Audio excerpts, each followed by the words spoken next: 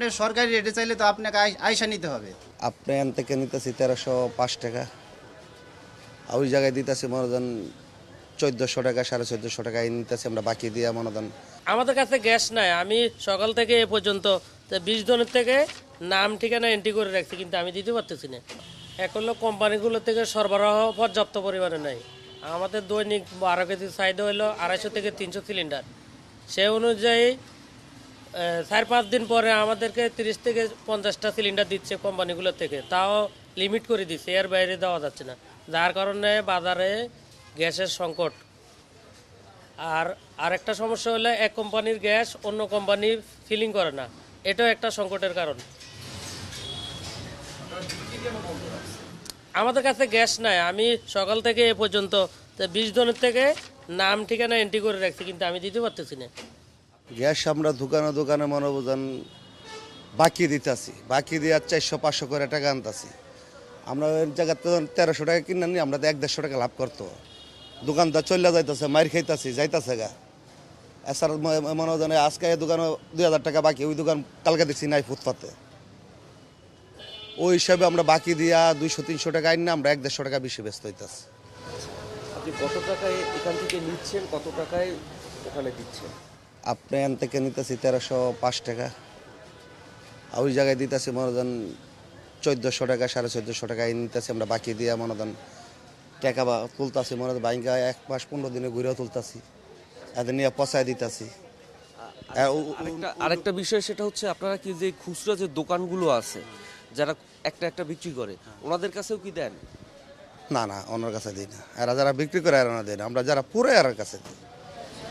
কত টাকায় বিক্রি করে? 1450, 1400 এই ব্যস্ত আছে, আমরা যারা বাকি নিতেছে। আপনাদের কাছে প্রতি সিলিন্ডারে কত টাকা খরচ করে 12 কেজি? বর্তমানে তো 1300 টাকার বেশি পড়ে যায়। হ্যাঁ, বর্তমানে সেক্ষেত্রে ভোক্তা পর্যায়ে কত টাকা পৌঁছে?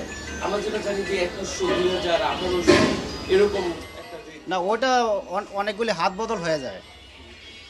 ওটা সরাসরি যে নেয় সে এত দামে পায় না।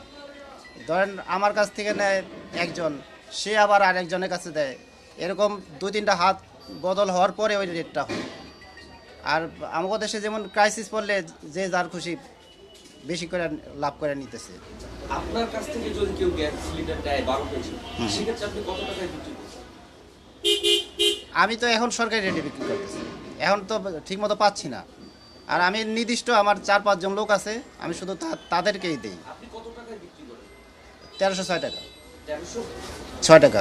1306 টাকা। হ্যাঁ, আপনি কি খুচরো বিক্রি, খুচরো পর্যায়ের বিক্রেতা নাকি আপনি ডিলার? ডিলার। ডিলার। এখন আপনি ডিলার হয়ে যদি 1306 টাকায় বিক্রি করেন, তাহলে যারা খুচরো বিক্রেতা তারা কত টাকায় বিক্রি করে? তারা কিছু লাভ করে বিক্রি করে। সরকারি রেটটা মানা কি সম্ভব হচ্ছে? না, সরকারি রেট আমার থেকে যে নিবে সে সরকারি রেট মানবে কিভাবে? সে তো যা পৌঁছায় দিয়ে আসতেছে। ধরেন আপনি সরকারি রেটে চাইলে তো আপনাকে আইসা নিতে হবে, কিন্তু একটা লোক যখন আমার সাথে ব্যবসা করবে সে তো আপনার বাসায় নিয়ে পৌঁছে দিয়ে আসতেছে। সরকার তো বলে নাই যে আপনাকে বাসায় নিয়ে পৌঁছে দেবে, তার তো সে লাভ করবে না। আর আপনি ধরেন একটা রিক্সা ভাড়া দিয়ে আপ ডাউন তো আপনার 100 টাকা ভাড়া লাগবে। ধরেন মহাখালী থেকে যদি একটা লোক আসে, তার তো আপ ডাউন রিক্সা ভাড়া 100 টাকা লাগবে, সেই টাকাটা তো ওনাকে লাভ দিতেই হবে।